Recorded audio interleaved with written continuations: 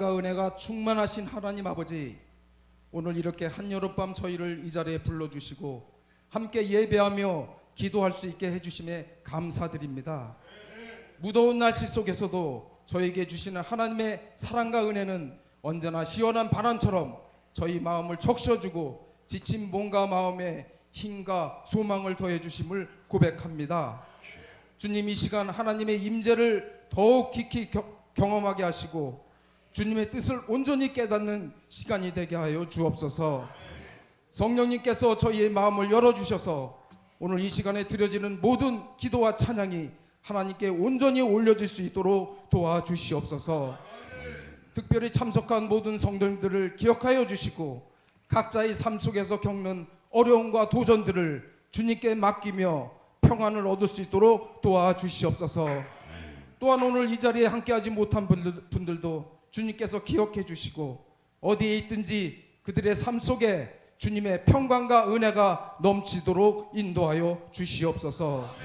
강사 목사님, 주님이 붙들어 주셔서 주시는 말씀에 저희 영적 갈등을 해소하고 서로를 위한 기도와 사랑이 넘치는 시간이 되게 하여 주시옵소서. 아멘. 이 모든 말씀 우리 주 예수 그리스도의 이름으로 기도드립니다. 아멘. 성경 말씀 욥기서 32장 1절 2절 말씀이에요. 욥기서 32장 1절 2절 말씀.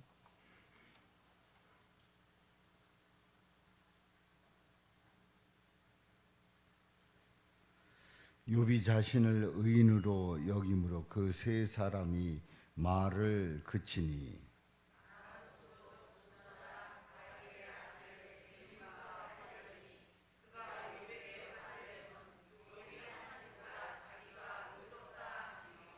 아멘.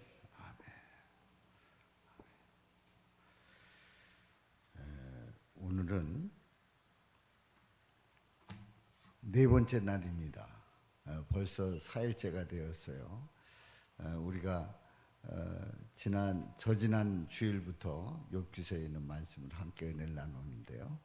어제까지 세 분의 우리 강사 목사님 오셨는데 여러분들 은혜 많이 받으셨죠? 오늘도 아주 귀한 목사님 모셨습니다. 우리 감리교 목사님이 아니시고 이제 장로교 목사님이신데 어제도 장로교 목사님이셨어요. 그렇게 귀하게 말씀을 전해주셨는데 오늘도 우리 목사님 도림동 저쪽 고잔 쪽에 가다 보면 도림동이 있는데 도림동에 제일교회 담임하고 계시고 또 목회를 귀하게 하시고 또 늘 복음을 전하는, 그래서 만나는 사람들에게 예수 복음 전하시는 아주 귀한 목사님이십니다. 그리고 우리 목사님은 또 주님 앞에 기도하면서 주님을 바라보면서 나가시는 귀한 목사님이신데요. 우리 목사님을 제가 모신 이유는 뭐라고요? 어떻게 아셨어요? 예수님을 잘 전하시기 때문에, 예수님을 나타내시고 예수님을 높이시는 목사님이시기 때문에 제가 모셨습니다. 자, 우리 윤진철 목사님, 너무나도 귀한 목사님이신데 우리 나오실 때 뜨겁게 박수로 환영합니다. 아, 그래요? 예. 무슨 뜻인지 알겠습니다. 우리 연구소에는요, 이게 소개하는 게 다시 얘기해서 이 소개하는 게 사실 안 하는 게 더 좋은 거예요. 그래서 그냥 나오셔서 본인의 이름 없이 말씀만 전하시고 예수님만 높이시는 게 원칙입니다. 자, 우리 목사님 오늘도 예수님의 귀한 말씀 통해서 여러분들에게 큰 은혜가 될 줄로 믿습니다.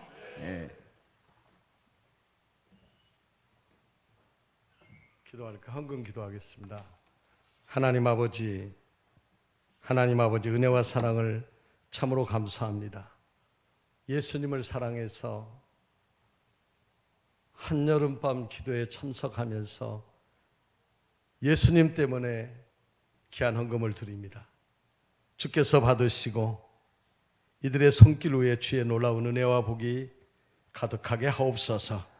가정이 복되게 하시고 자녀들이 복되게 하시고 일터에서는 형통하게 하시고 직장에서는 높임을 받게 하옵소서. 주님께 귀한 것 드리오니 주께서 받아 주옵소서. 우리의 생명 되시는 예수 그리스도의 이름으로 축복하고 기도하옵나이다. 아멘. 할렐루야.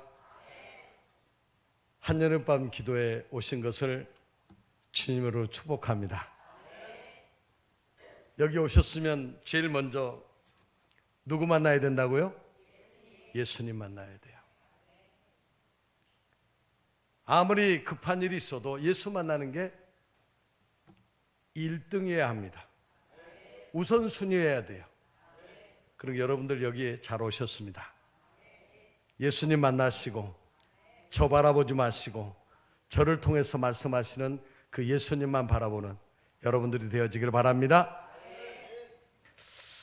우리는 무엇을 바라볼 때 아는 것만큼 볼 수 있고 아는 것만큼 볼 수밖에 없는 한계를 지니고 있습니다.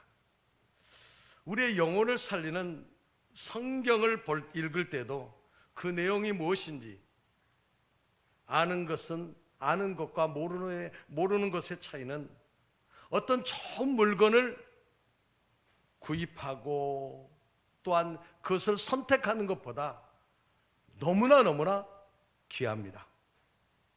단순히 성경을 어떻게 해석하는 정도가 아니라 영혼이 죽느냐 영혼이 사느냐의 문제예요. 우리는 그동안 욥기를 욥의 고난이라고만 생각했어요. 우리는 욥기를 읽으면서 내가 힘들었던 기억으로만 공감했죠? 저도 마찬가지예요. 그래서 욥기를 많이 읽으면 제 고난이 조금 줄어든 것처럼 생각을 했거든요. 그 이유는 뭘까요? 욥의 고통이 내 인생의 고통처럼 와 닿았기 때문입니다. 우리는 욥기를 읽으면서 세상의 어리석은 자들처럼 철저하게 자기 중심의 고난을 말하기에 바빴죠. 욥도 이런 고난을 당했는데 나도 이런 고난을 당하고 있다라고 말을 하죠. 왜냐하면 예수님이 보이지 않으면 이렇게 성경을 인간으로 읽고 나의 얘기로 해석하고 마지막에는 어디에 가요? 지옥에 가는 거예요. 욥기 32장에서 37장은 엘리야후가 등장해서 욥을 판단하는 내용입니다. 오늘 제가 설교할 내용은 분량이 많아요. 32장에서 41장까지예요. 이 분량을 목사님이 1시간 만에 하라더라고요. 저 고민이 참 많았습니다. 어떻게 하면 이 말씀을 통해서 예수님을 드러낼 수 있을까? 엄청 고민이 많았어요. 그리고 여기 계신 분들이 모두가 다 그 예수님을 만나고 가야 되는데 만약에 만나지 못하고 제 말만 허공에 던지고 간다면 어떻게 될까? 사실 걱정이 많았습니다. 저는 말도 잘 못하고요. 표현력도 없고 전달력도 없습니다.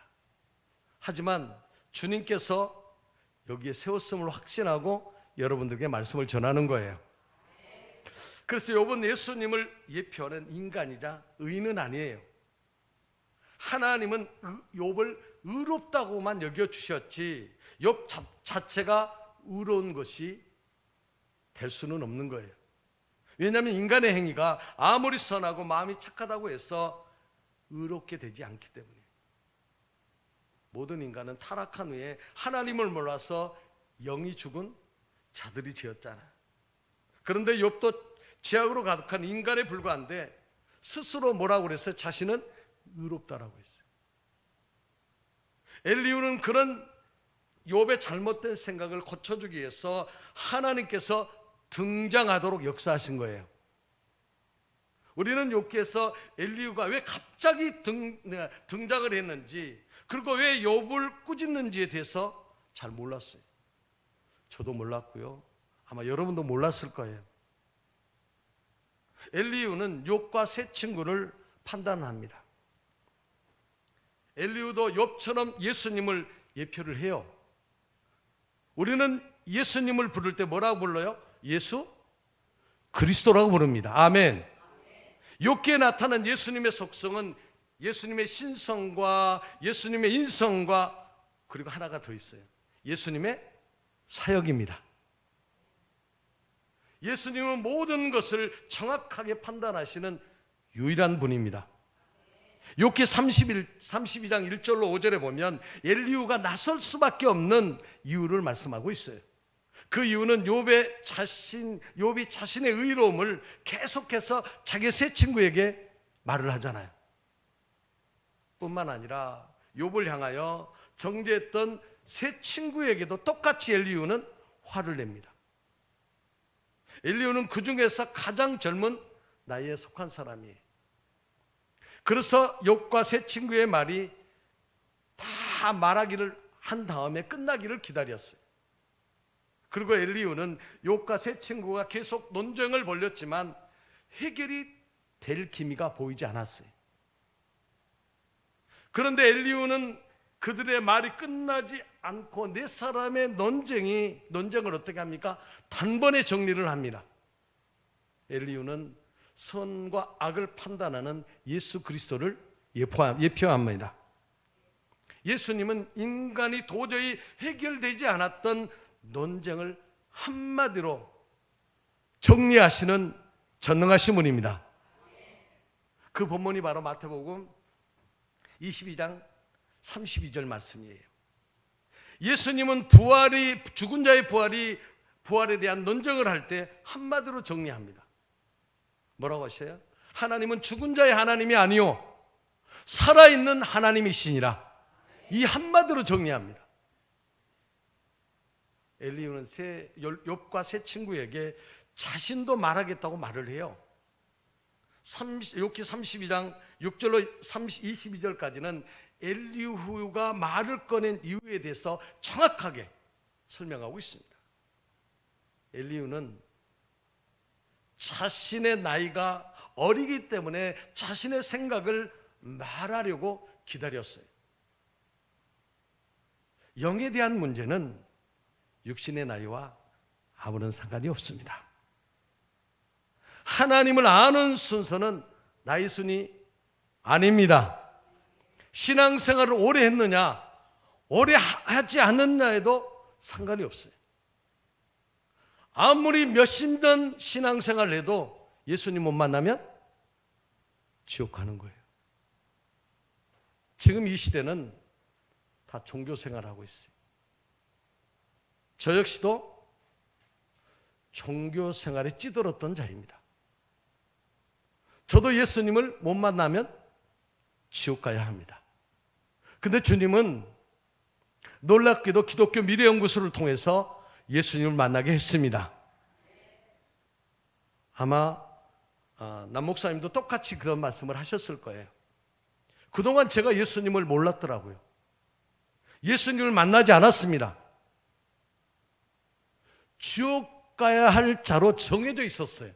그런데 주님은 저를 그리로 불러서 만나게 하셨습니다.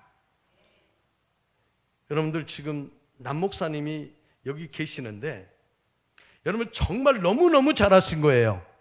여기 계신 여러분들이 가장 복받은 분들입니다. 왜? 예수님 얘기하니까요. 지금 이 시대를 가면은요, 성경을 얘기하는데 누구를 얘기하느냐? 성경의 인물만 얘기해요. 성경의 내용만 얘기해요. 성경의 사실만 얘기해요. 누구 얘기 안 해요? 예수님 얘기 안 해요. 근데 여러분들은 무려 거의 10년 가까이 누구에 대해서 들었어요? 예수님에 들었어요. 그러니까 여러분 마음속에 누구만 있어요? 예수님만 있어요. 그래서 구원받는 거예요. 그래서 지옥 가지 않는 거예요. 성경은 윤리에 대한 책이 아니라 예수님에 대한 책이에요. 아멘. 엘리후는 어른이라고 하나님을 다 아는 것이 아니고 노인이라고 해서 옳고 그름을 판단할 수 없다고 분명히 못을 확 받고 있습니다. 그러면 엘리후는 자기 생각대로 말을 했을까요? 전혀 아니에요. 하나님께서 그의 입에 할 말을 넣어주어서 전하는 자가 엘리후였습니다. 엘리후는 하나님이 시키면 그냥 말을 하고 하나님이 막으면 말하지 않는 사람이었어요. 예수님도 아버지께서 말씀하는 것만 말했어요.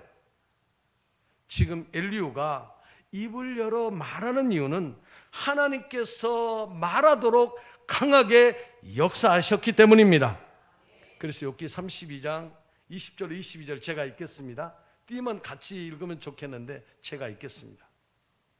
내가 말을 하여야 시원할 것이라 내 입을 열어 대답하려 나는 결코 사람의 낯을 보지 아니하며 사람에게 영광을 돌리지 아니하리니 이는 아첨할 줄을 말하지 못함이라.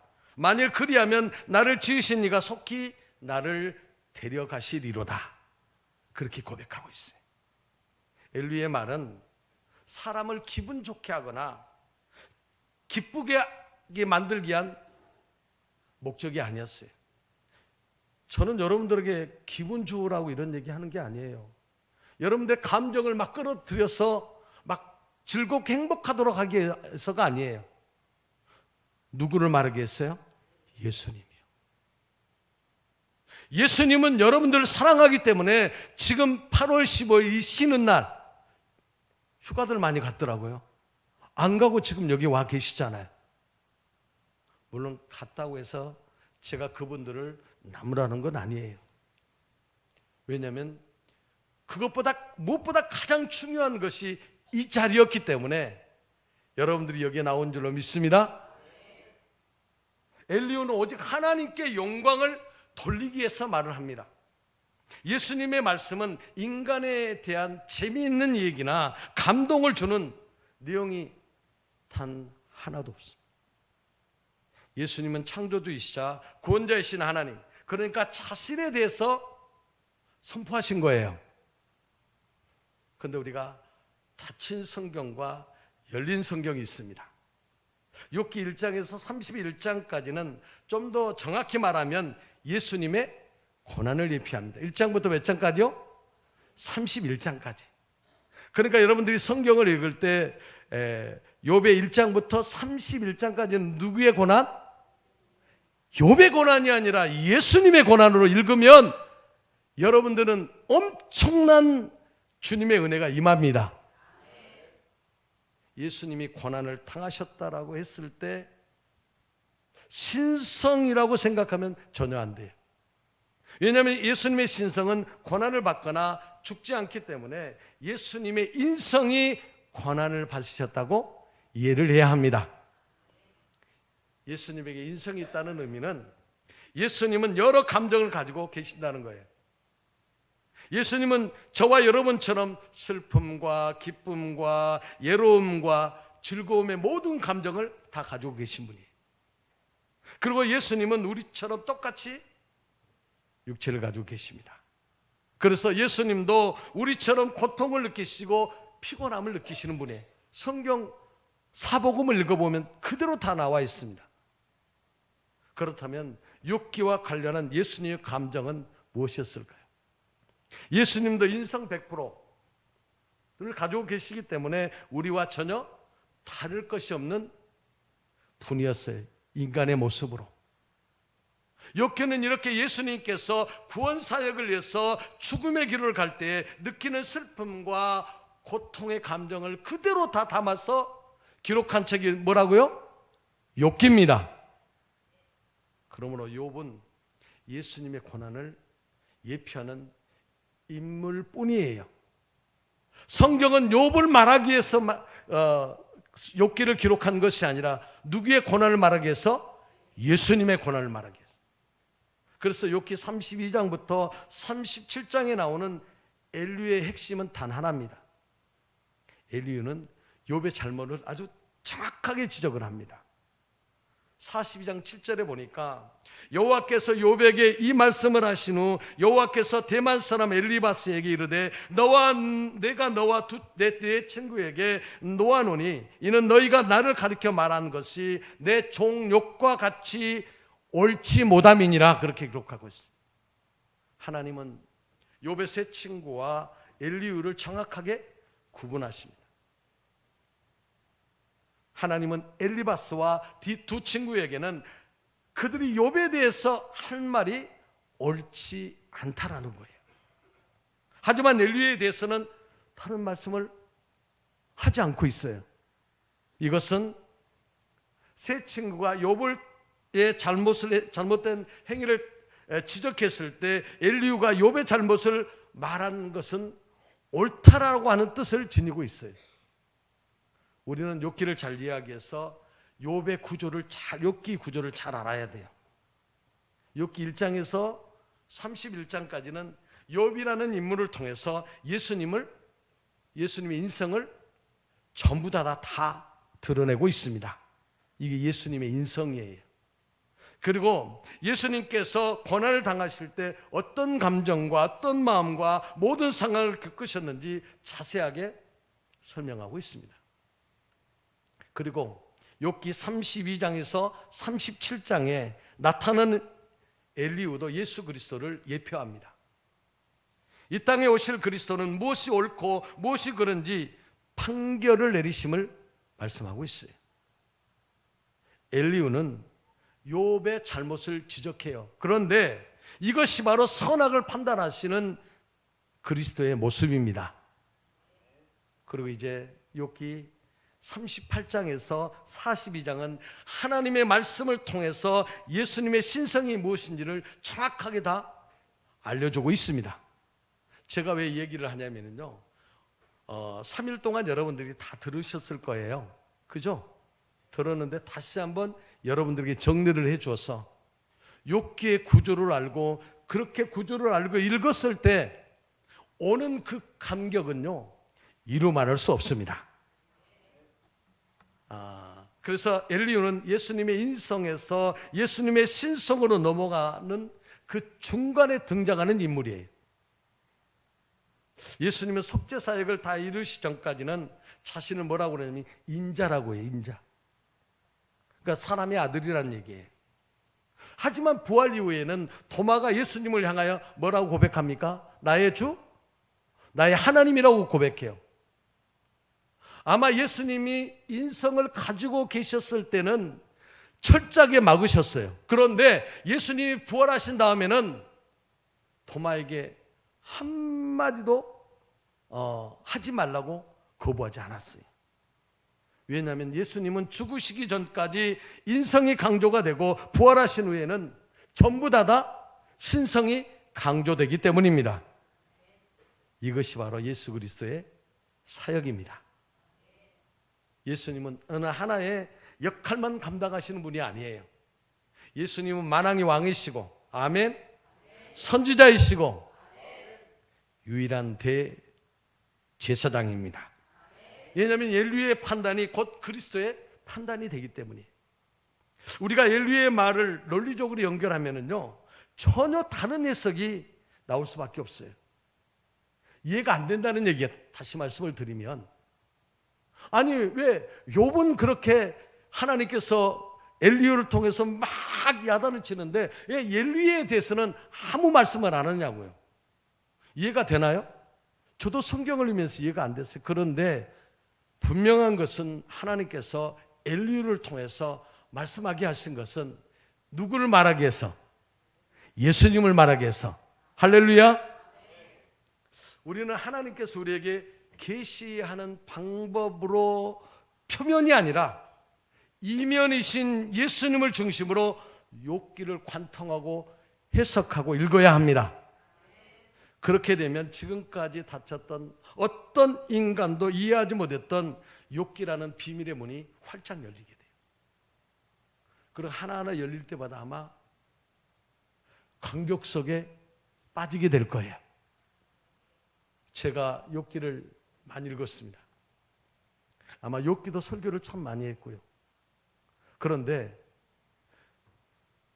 제가 연구소에 가서 이 욥기를 알기 전에는 전부 다 제 중심, 제 방법, 제가 제 뜻대로 모든 걸 해석했기 때문에 누구만 봤어요? 나만 봤어요.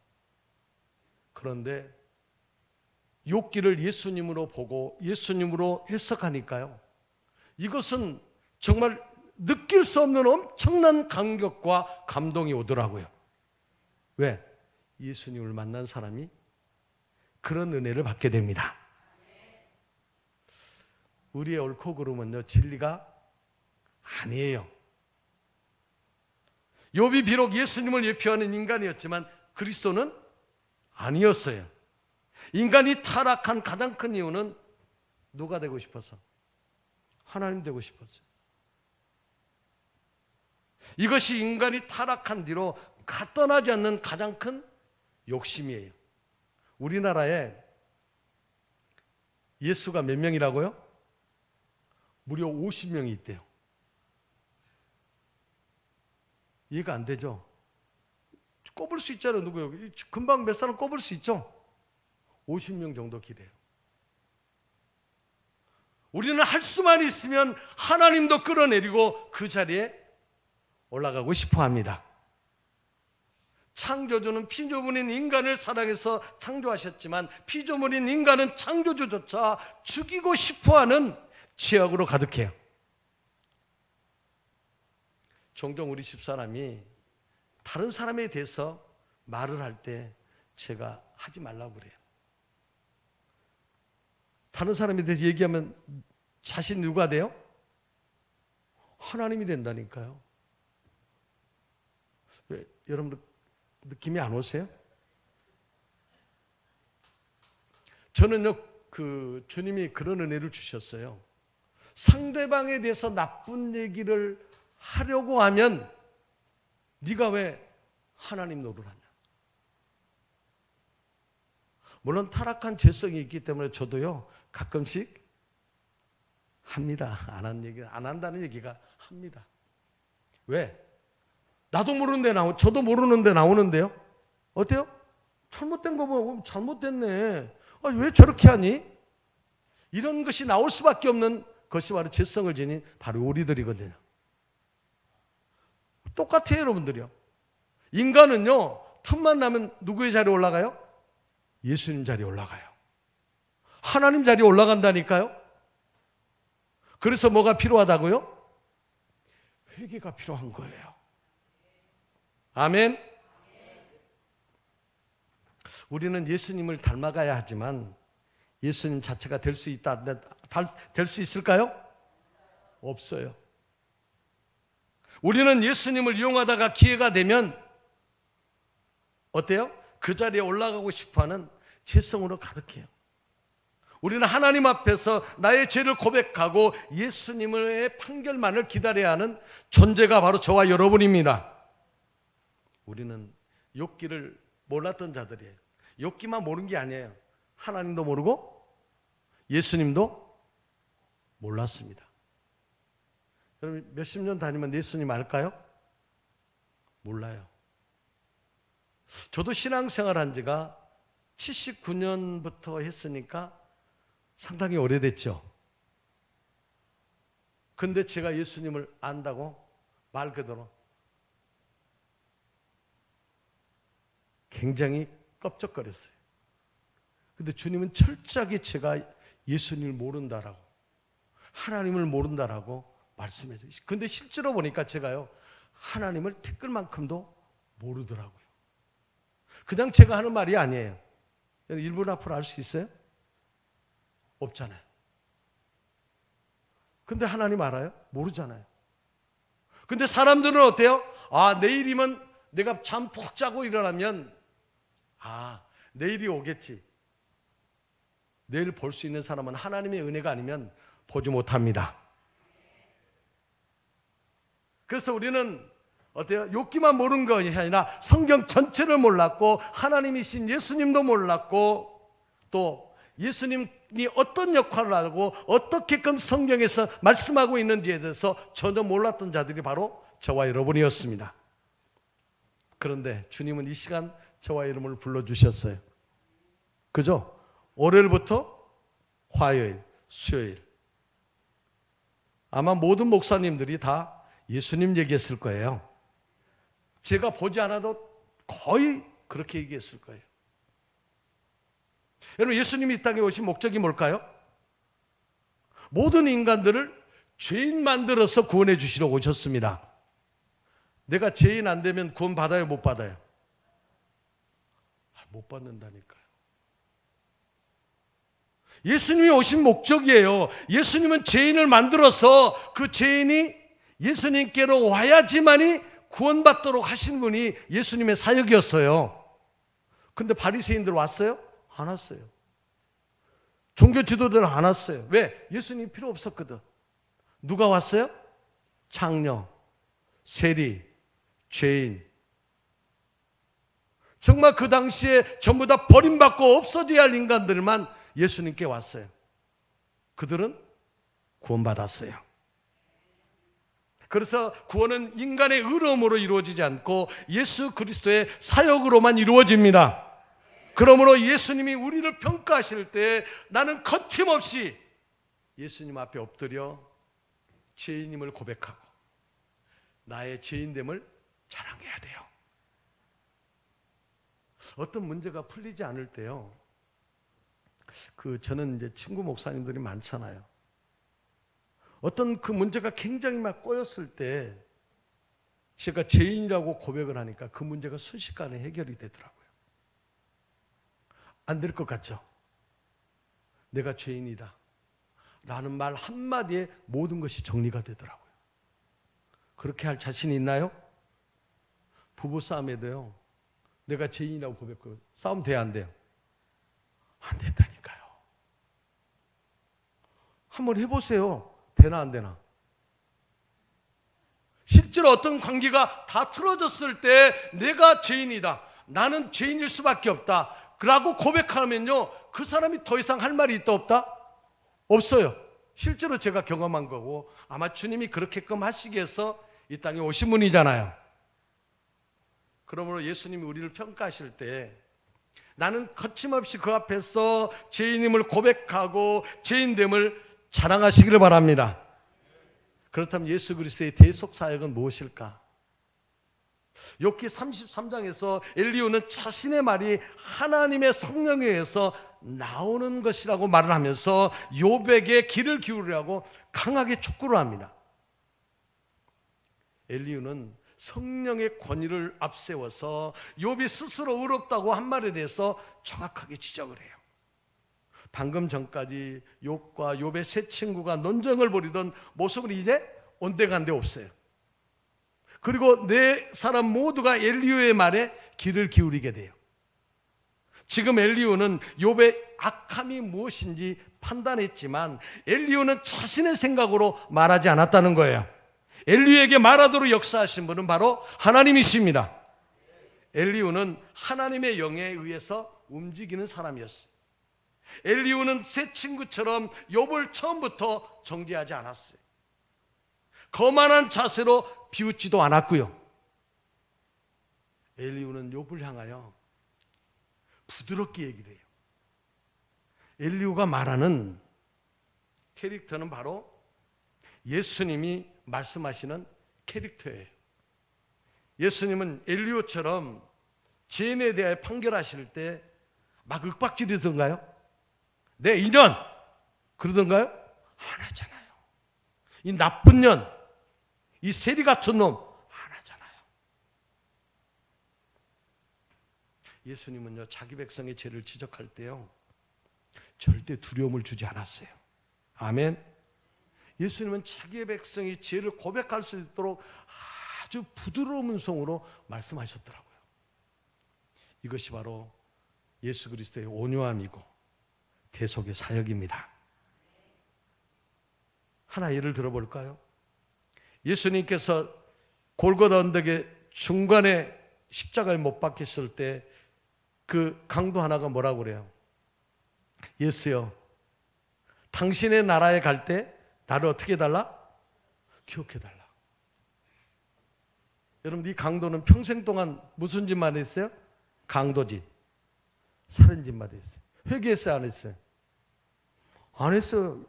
회개했다는 말이 없잖아요. 예수여, 당신의 나라에 있는 그대로 성경 말씀, 당신의 나라에 갈 때 나를 기억해달라고 하는 말 한마디예요. 그럴 때 예수님 뭐라고 했어요? 너 강도짓만 했냐? 살인했잖냐? 한마디 하지 않았어요, 예수님은요. 그때 예수님 뭐라고 그래요? 부드러운 음성으로 내가 나와 함께 낙원에 있으리라. 할렐루야. 이것이 예수님의 구원의 방법입니다.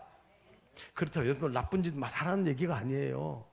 근데 이런 얘기를 하면요, 그럼 나쁜 짓 많이 해도 되겠네. 내 고등학교 친구들이 그러더라고. 나쁜 짓 많이 해도 되겠네. 그럼 해라. 그럼 내가 하라고 그래요. 나쁜 짓 많이 해라. 그리고 예수님께만 돌아와라. 왜?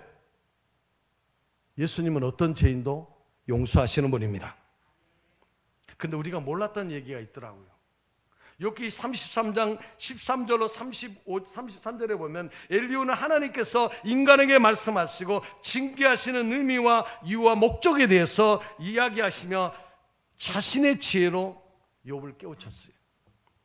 하나님과 인간의 관계가 틀어진 이유가 뭐예요? 인간이 타락함으로 죄를 지었기 때문입니다.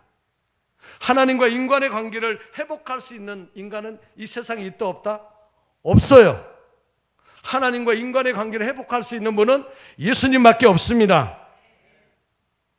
왜? 예수님은 중보자이기 때문에. 그러므로 인간을 위해서 중보 기도한다는 말을 해서는 된다 안 된다? 안 됩니다. 근데 이제는 예수님이 중보자라고 하니까 자신들도 무슨 중보 기도하면 뭐 예수님처럼 되는 거. 중보 기도는 우리가 할 수 없어요. 이 시간 이후로는 절대로 상대방을 위해서 다른 사람을 위해서 중보 기도하자고 모이는 일은 하지 않기를 바라요. 왜? 중보는 누구만 할 수 있어요? 좀 크게 좀 얘기해 봐요. 누구만 할 수 있다고요? 예수님만 할 수 있습니다. 할렐루야. 보세요. 욥기 33장 26절에 보니까 그는 하나님께 기도함으로 하나님이 은혜를 베푸사 그로 말미암아 기뻐 외치며 하나님의 얼굴을 보게 하시고 사람에게 그의 공의를 회복시키느니라. 그렇게 얘기되어 있어요. 여기서 하나님께 기도하는 그가 바로 중보자와 중보자의 사역입니다. 하나님은 중보자의 기도를 들으시고 죄인인 저와 여러분을 의롭게 해주십니다.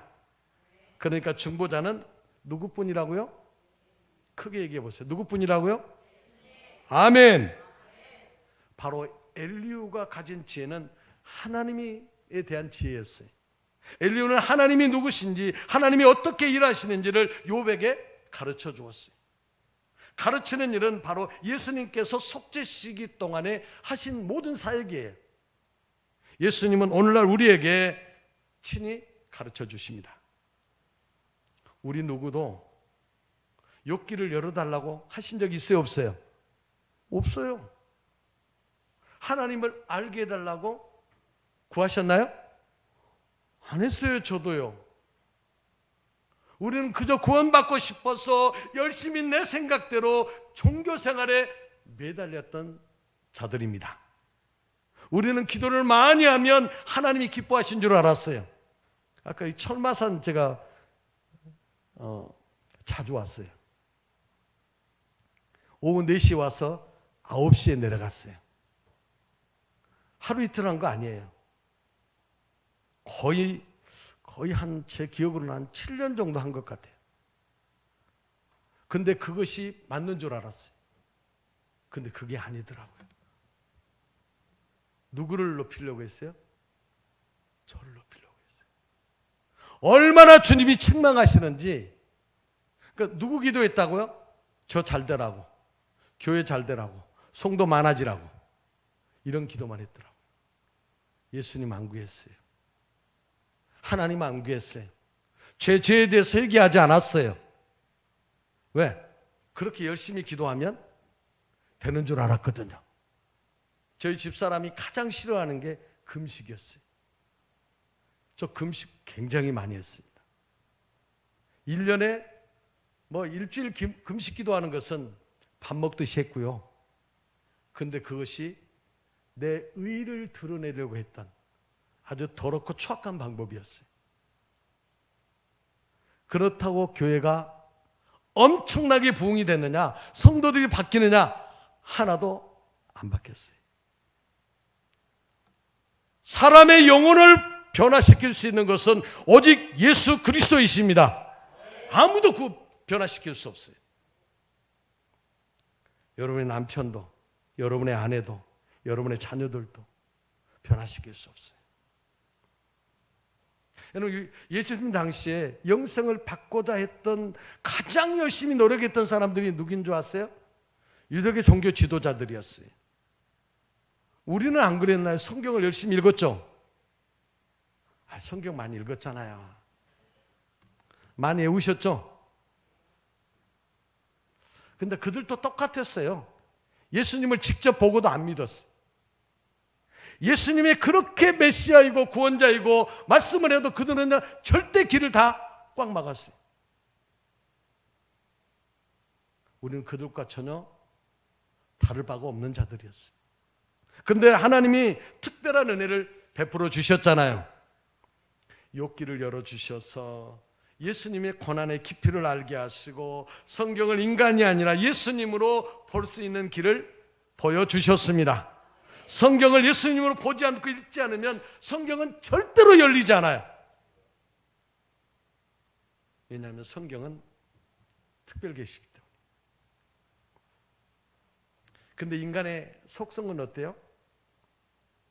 정말 이상하리만큼 특별 계시인 그 예수님을 바라는 것이 아니라 일반 계시 속에서 자신을 막 드러내려고 그래요. 구원받아요? 못 받아요. 일반 계시를 믿고는요 절대로 구원받을 수 있다 없다. 여러분 아예 기억을 하세요. 일반 계시로는요 절대로 성경을 통해서 예수님을 발견할 수 없습니다. 특별 계시인 예수님을 통해서만이 특별 계시인 성경이 열려짐을 믿으시기를 바랍니다.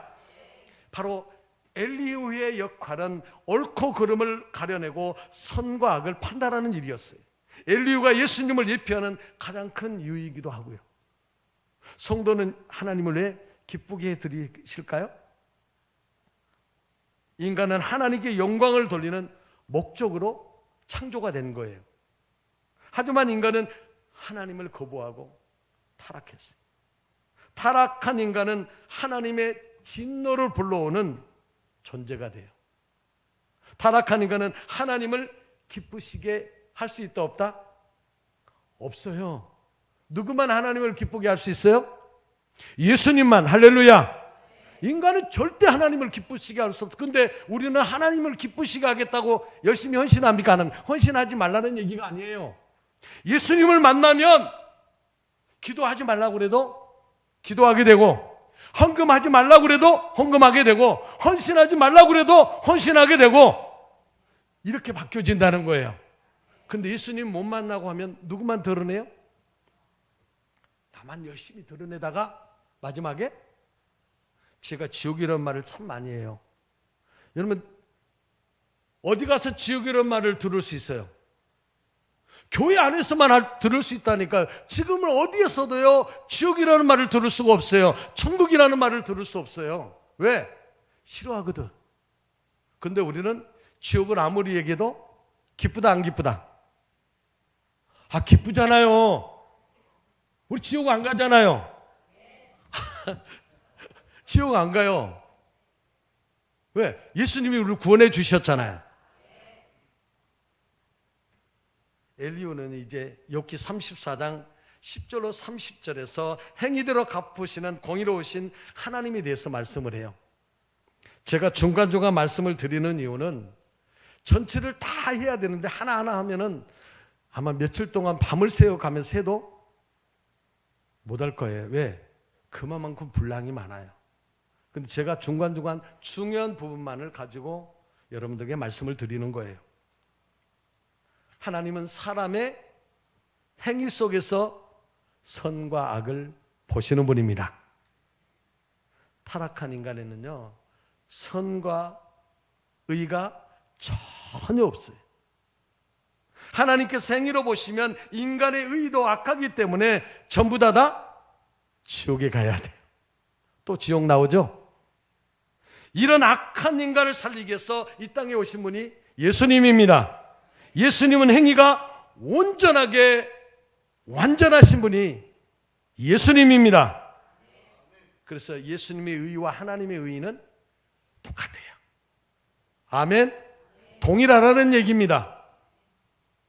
인간은 그 인생의 전부를 판단할 수 없어요. 하지만 예수님은 모든 걸 다 보시기 때문에 그 악함의 시간과 상관없이 다 아시는 분이. 그렇다면 누구의 잘못인가요? 인간은 평생 비슷한 유형의 죄를 반복해서 짓고 살아간다고 그래요. 우리 보스께서 이런 말씀을 하셨어요. 바람을 피우는 사람은요, 바람을 피우지 않겠다라고 그렇게 다짐을 해요. 5년 후에는요 다시 바람을 핀대요.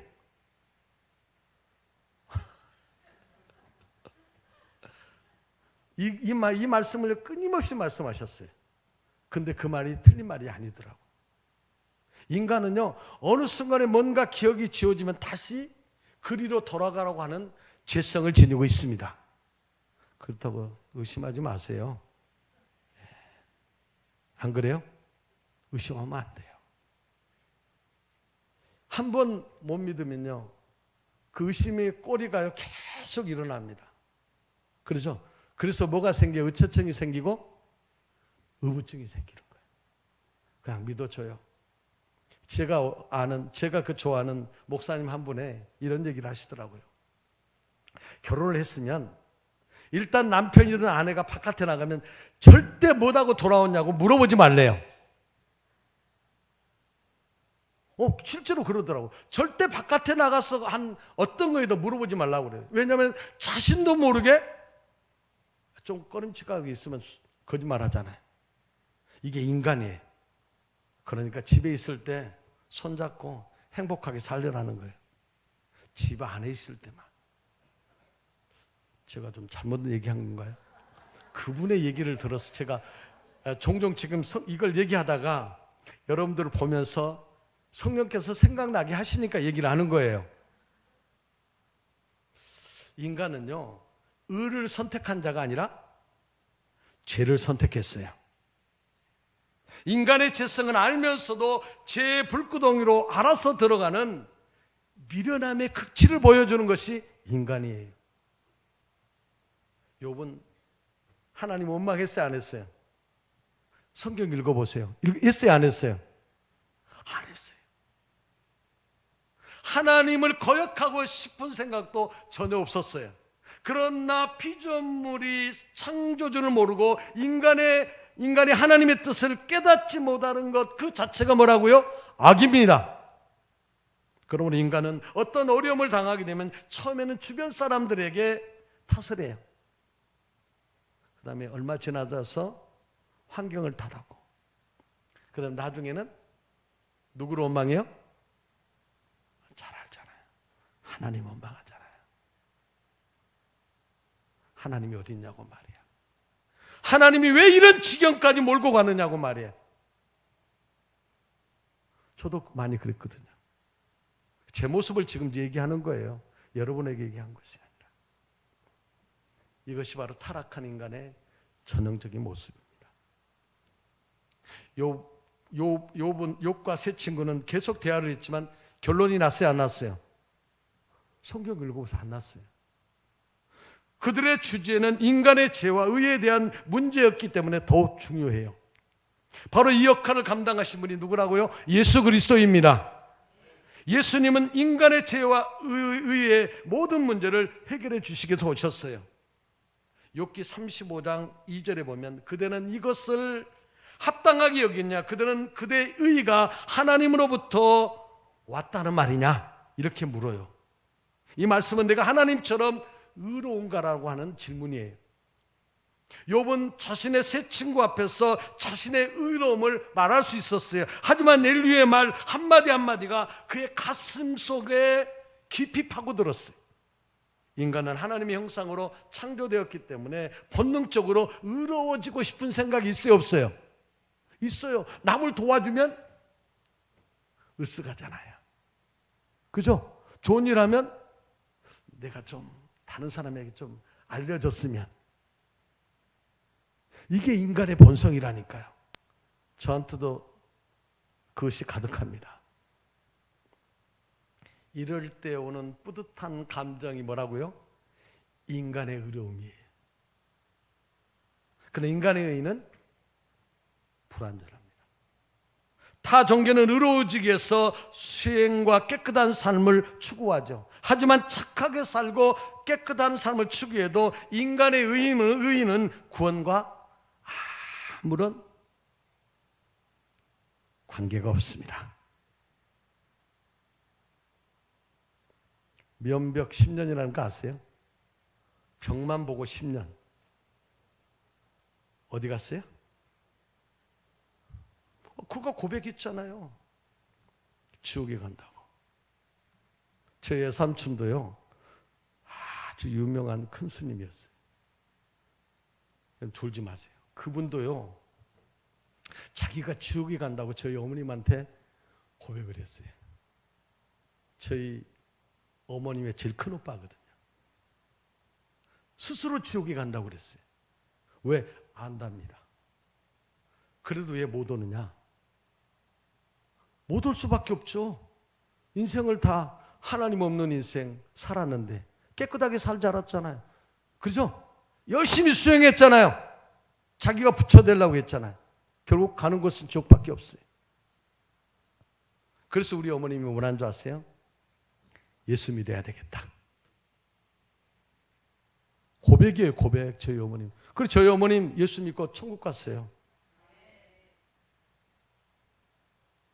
저는 제 일생에 있어서 저희 어머님에게 예수님 얘기하고 예수님 믿게 했던 것 그 자체가 너무너무나 기쁘고 행복해요. 여러분, 사랑하는 사람들에게 누구 얘기해야 되겠어요? 진짜 예수님 얘기해야 돼. 예수에는 없어요. 인간은 스스로 의롭게 살다가 다 지옥에 가잖아요. 그러나 하나님만이 의로움의 주체이십니다. 인간의 의로는 구원에 이르지 못해요. 하나님의 의만이 인간을 구원으로 인도할 수 있습니다. 하나님께서 의롭다고 여겨주시는 자가 천국에 갑니다. 구원에 이릅니다. 그러면서 하나님은 욥에게 이렇게 묻습니다. 내가 아느냐? 라고 물어요. 악인은 하나님을 모르는 자를 뜻해요. 그러나 의인은 하나님을 경외하는 자를 의미합니다. 많이 들으셨죠? 의인은 예수 그리스도의 의의 옷을 입은 자를 뜻해요. 그러므로 의인에게는 두 가지 속성이 있어요. 하나는 예수 그리스도를 믿음으로 의롭게 된 하나님의 백성입니다. 또 하나는 여전히 이 땅에 살면서 타락한 인간의 죄성을 가지고 있는 악한 속성을 지닌 자가 바로 인간이에요. 그렇기 때문에 하나님은 때때로 족쇄나 환난의 줄을 가지고 성도를 끌고 다니셔요. 그죠? 환난도 주고 족쇄도 끌어서 내가 가고 싶지 않는 곳으로 가게 하시잖아요. 미워서 그럴까요? 사랑해서 그렇습니다. 그런데 예수님을 만난 사람만 경험할 수 있어요. 예수님을 만나지 않는 사람은 환난이 오거나 역경이 오거나 어려움이 오면 어떻게 돼요? 하나님 철저하게 떠납니다. 왜? 근데 예수님 만난 사람은 끝까지 누구께 붙어 있어요? 예수님께 붙어 있어요. 누구처럼? 여러분들처럼요. 그것을 가르쳐 주신 분이 누구라고요? 예수님입니다. 하나님은 사랑하는 자를 징계하시는 분이에요. 하나님은 징계를 통해서 징계받는 자의 마음에 무엇이 죄가 되고 무엇을 잘못했는지 그 길을 열어 가르쳐 주시는 분이에요. 그러므로 하나님은 회개하고 돌이키는 자에게 언제든지 은혜를 베풀어 주십니다. 근데 인생에는 수수께끼가 있어요. 우리가 인생에서 가장 많이 하는 말 중에 왜 나만 그러느냐? 왜 나만 그러느냐? 왜 나만 이런 고난을 당하는가? 다른 사람은 아무 문제 없는데 왜 나만 이런 상황을 허락하시는가? 우리는 이런 생각 속에 갇혀서 헤어나지 못하고 있어요. 그런데도 하나님은 이런 어떤 인생에게 환난과 어려움을 주실 때는 절대로 미안하다고 하신 적이 없어요. 아이고 미안해 안 하시잖아요. 하나님께서는 지옥에 가야 할 우리를 구원해 주신 것은 택함 받지 않는 자들의 입장에서 보면 너무너무나 억울한 일이에요. 하나님의 공의로우심은 감히 우리가 이해할 수 없습니다. 엘리후는 욥이 당하는 수수께끼를 하나님으로 다 풀었어요. 엘리후는 욥에게 하나님이 누구신지 아는가라는 거에 대해서 계속 물었어요. 그리고 나서 하나님의 섭리의 공의로움을 말하고 인생의 수수께끼는 인간이 전혀 알 수가 없다. 예수님은 엘리후는 누구를 예표한다고요? 철저하게 욥을 읽을 때 그렇게 보십시오. 예수님은 인생의 수수께끼를 가지고 제일 먼저 어디에 찾아갔어요? 이스라엘 백성에 찾아갔어요. 그리고 하나님이 누구신 선포하셨고요. 예수님은 그리고 누구에게 오셨어요? 우리에게 찾아오셨습니다. 그리고 욥기를 통해 하나님이 누구신지, 하나님이 얼마나 공의로우신 분인지, 우리가 이해하지 못하는 하나님의 인자심이 얼마나 크고 놀라우신지 계시해 주셨습니다. 하나님을 알 수 없는 티끌 같은 존재인 우리에게 찾아와 주셔서 자신을 계시하는 예수님의 사랑을 감히 말로 형용할 수 있겠습니까? 없어요. 그 예수님이 지금 이 자리에 여러분과 함께 동행하십니다. 이제 욥기 38장 가보겠습니다. 38장 1절에서 4장 5절에는 전능자의 물음이 기록되어 있어요. 그 폭풍우 가운데 나타나는 하나님께서 욥에게 여러 가지 질문을 하세요. 내가 아는 것이 무엇이냐라고 책망합니다. 하나님은 욥에게 고난당한 이유를 끝까지 설명하지 않아요. 그죠? 하나님은 인간이 당한 거에 대해서 설명하시나요? 안 해요. 욥은 그것도 모른 채 자신의 죄를 회개하고 마무리가 되어 있어요. 하나님은 선택한 자에게 자신을 계시해 주십니다. 여러분에게 지금 계시해 주신다는 얘기예요. 저에게도 계시해 주시고요. 모든 인간은 일반 계시 속에 살지만 하나님이 택한 자는 특별 계시의 은혜를 누리게 됩니다. 지금 여러분들은 어떤 계시라고요? 특별 계시예요. 설교는요, 일반 계시의 영역이 아니에요. 남 목사님이 선포하는 설교는요, 일반 계시의 영역이 아니에요. 특별 계시입니다. 아멘. 그래서 예수님 만나는 거예요. 그래서 예수님 만나서 구원받는 거예요. 인간은요, 무식해지면 쓸데없이 용감해진다는 말이 있잖아요. 하나님을 모르는 인간은 함부로 말하고 입으로 죄를 짓습니다. 이것이 타락한 인간의 전형적인 모습이에요. 이러한 인간들의 죄악을 불쌍히 여기신 예수님께서 이 땅에 오셨습니다.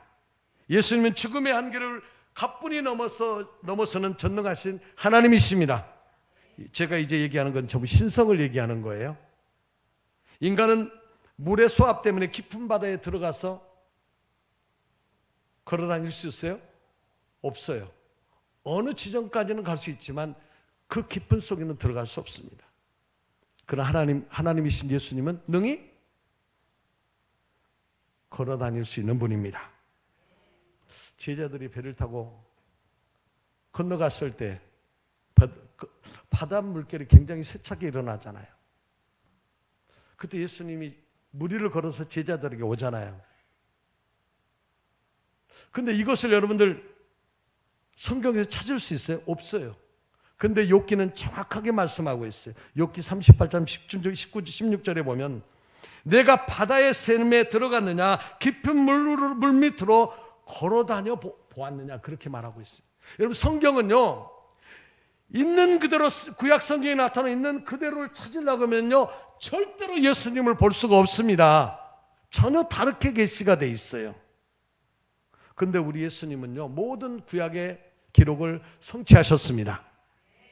그리고 우리가 예수님이 어떤 말씀을 성취하셨는지 찾을 때 똑같은 말이 안 나온다는 거예요.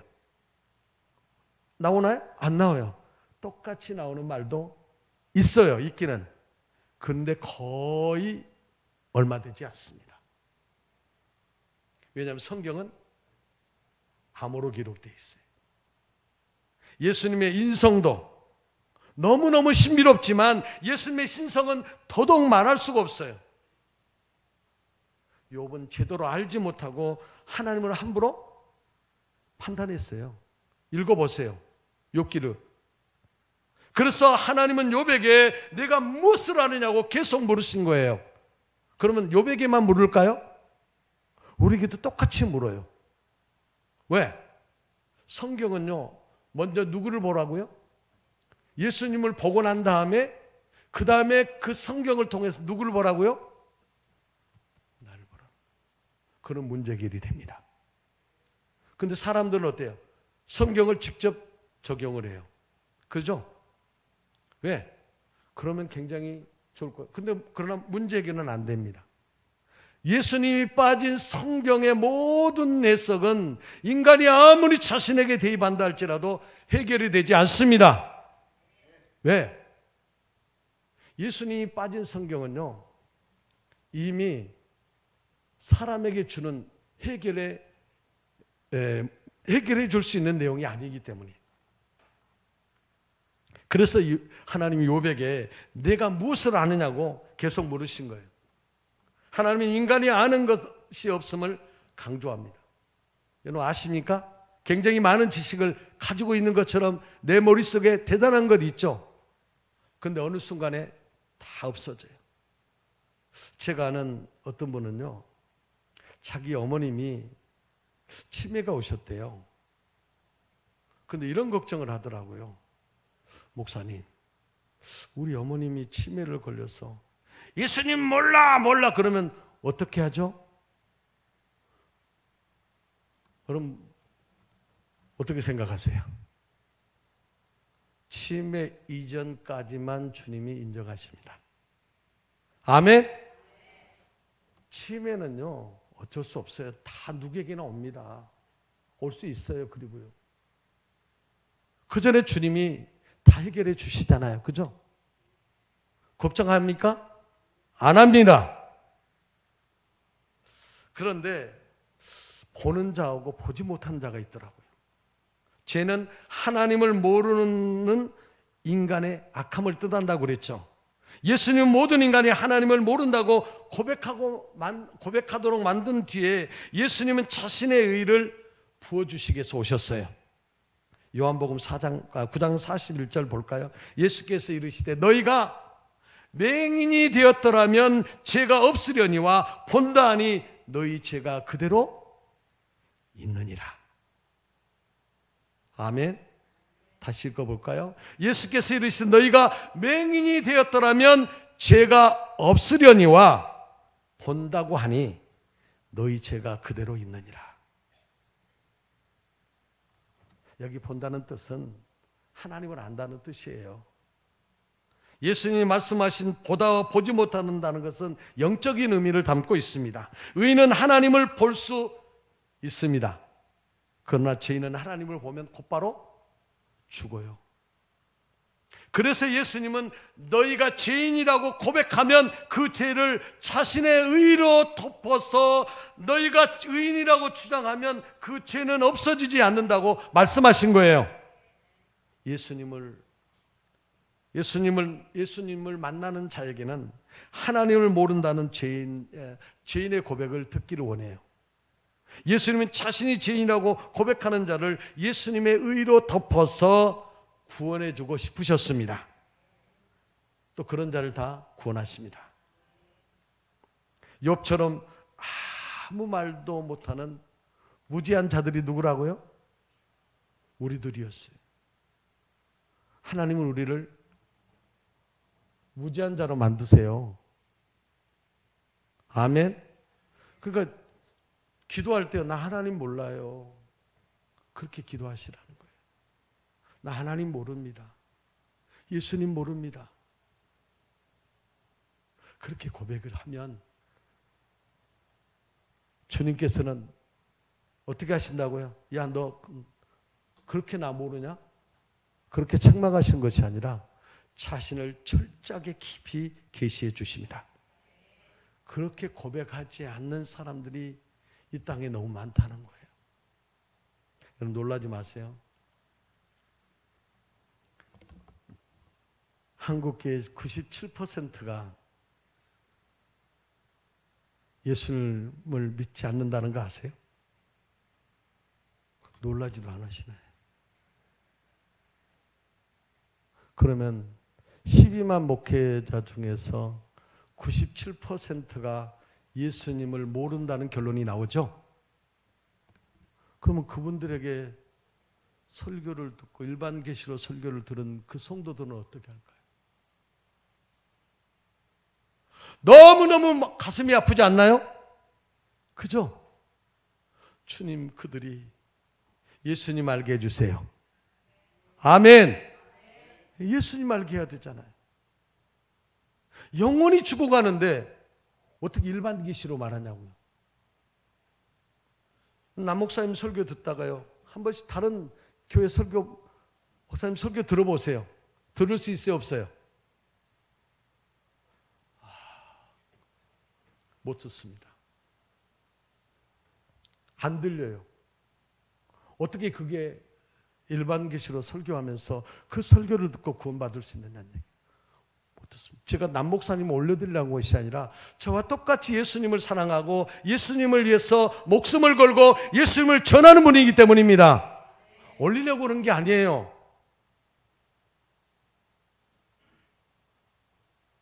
주님은요, 모든 사람을 똑같이 사랑한 것 같죠? 아니에요. 똑같이 사랑 안 하시더라고요. 그러면 우리 하나님도 편애하시느냐? 편애하세요. 그럼 다 구원하시게 편애 안 하시면요? 그럼 불교에서도 구원 안 받고 천주교에서도 구원 받고 그럼 저기 그냥 이단 사입인 이만희한테 간 사람도 구원 아니에요.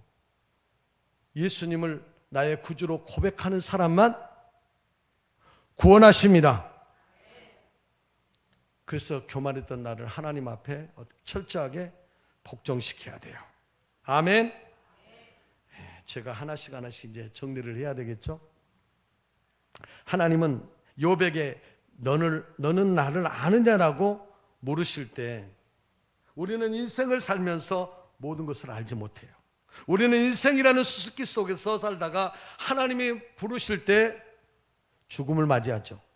욥은 자신이 고난을 당하는 이유를 몰랐어요. 욥은 예수님이 이 세상에서 오시기 전에 살았던 인물이에요. 욥은 예수님을 예표하는 그림자의 인생이었어요. 인생은 내 마음대로 되지 않습니다. 인생은 내가 하고 싶은 대로 하지 못해요. 인생은 결국 하나님의 뜻과 하나님의 섭리로 이루어집니다. 하나님은 욥이 한 번 말했으니 다시 말하지 않겠다라고 대답했을 때 재차 폭풍 가운데서 물어보셨어요. 내가 내 공의를 부인하려느냐? 하나님은 이 말씀은 엘리의 말과 비슷해요. 욥은 더럽고 추악한 인간이에요. 욥이 예수님을 예표하지만 그는 여전히 타락한 인간이에요. 욥이 아무리 깨끗하게 살았어도 그 죄는 사라진다 안 사라진다? 안 사라집니다. 욥은 하나님께서 의롭다라고 여겨주셨을 뿐입니다. 욥이 스스로 깨끗하다고 주장하면 하나님의 공의를 부인하는 죄를 짓게 돼요. 오직 하나님만이 의로우시며 피조물은 하나님께서 의롭다고 여겨주시는 은혜를 받는 존재입니다. 욥기 40장 10절에 보니까 너는 위엄과 존귀로 단장하고 영광과 영화를 입을지니라. 여기에 나오는 모든 단어들은 다 하나님과 연관이 되어 있어요. 욥이 스스로 갖출 수 있는 조건들이 아니에요. 이게 욥에게 하는 말이지만 이것은 욥을 드러내기 위한 것이 아니라 앞으로 오실 예수님께서 이렇게 하시겠다는 거예요. 그러니까 이 땅에 오실 구원자이신 예수님만 영광을 받으신다는 거예요. 여러분, 예수님의 구원을 위해서 인간이 티끌만큼이라도 역할을 합니까? 못합니까? 못합니다. 만약에 예수님의 구원에 티끌만큼이라도 역할을 한다고 하면 그 사람은 구원 못 받습니다. 성경은 너무나 정확해요. 그리고 두려워요. 왜? 나는 그런 역할을 할 수 없는 존재입니다. 나는 예수님만 필요합니다. 예수님은요, 죄인이라고 고백하는 자들에게 한없이 부드러우셨죠. 하지만 스스로 의롭다라고 주장하는 자에게는 분노하셔서 이 독사의 새끼들아. 그죠? 예수님 앞에 차츰 의인들의 정체가 드러났고 그들의 모든 지식과 종교 활동은 거짓이 분명했음을 만천하에 드러나잖아요. 구원은 인간이 할 수 없는 영역이고 오직 예수님만이 이루십니다. 창조 역사는 삼위 하나님의 역사예요. 성부, 성자, 성령 하나님이 함께 세상을 창조하시고 만드셨어요. 물론 성부, 성자, 성령 하나님이 인간도 만드셨고요. 성경은 특별 계시를 말하는 것이 아니라, 잘 들어보세요. 아니라 구원에 관련된 특별 계시입니다. 분명히 아세요? 지금 이 말을 정리해 드리는 거예요. 성경은 특별 계시를 말하는 것이 아니라, 특별 계시가 아니라는 말이 아니에요. 성경은 특별 계시를 말하는 것이 아니라 구원에 관련된 특별 계시입니다. 구약에서 현현하는 하나님은 모두 다 성자 하나님입니다. 창세기 1장에 나오는 분도 예수님입니다. 모세가 호렙산에서 만났던 그 하나님도 누구라고요? 예수님입니다. 엘리야가 갈멜산에서 만났던 분도 누구라고요? 예수님입니다. 그러니까 성경은 전부 다 누구를 말하고 있다고요? 아예 머릿속에 넣으세요. 왜? 그렇게 되지 않으면 순식간에 바뀝니다. 저희도 성경을 읽을 때요, 예수님을 안 보면 이상하게끔 뭘 올라가요? 윤리? 도덕. 자동으로 가게끔 돼 있더라고요. 보니까.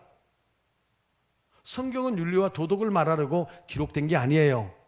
근데 세상은 전부 다 성경을 뭘로 만들었어요? 윤리와 도덕책으로 바꿔버렸어요. 근데 그걸 듣고 좋다고 은혜 받았다라고 껄껄대면서 아이고 형제님 은혜 받아. 너무 안타까워요. 예수님의 얘기를 어떻게 윤리와 도덕으로 바꾸냐고요. 결국 어떻게 돼요? 성경은 창세기 1장 1절부터 요한계시록 몇 장까지? 22장까지 모두 다 예수님에 대한 말씀입니다. 그렇게 읽으면 여러분들에게는 기쁨이 찾아옵니다. 그죠? 예, 말씀을 마치겠습니다. 삼위 하나님의 사역은 이게 모두가 다 어떠다고요? 예수님의 모든 사역을 다 드러내기 위한 사역입니다. 그렇다고 예수님이 위에 서시는 분이 아니에요. 여러분들이 나머지는 예수 고난이라는 책을 사서 읽어보시면 더 깊이 오늘 제가 설교한 내용보다 훨씬 더 많은 것을 알게 될 것입니다. 오늘 여러분들 이 보니까 보리떡 5개인가요? 네. 여름밤 기도회 주님이 여러분들을 사랑하시고 예수님이 여러분들을 사랑하시고 여러분들에게 큰 은혜를 주시기 위해서 불러주셨음을 믿습니다. 그런 우리 푸른 사랑교회 성도들이 되기를 주의 이름으로 축원합니다. 축원합니다. 축원합니다.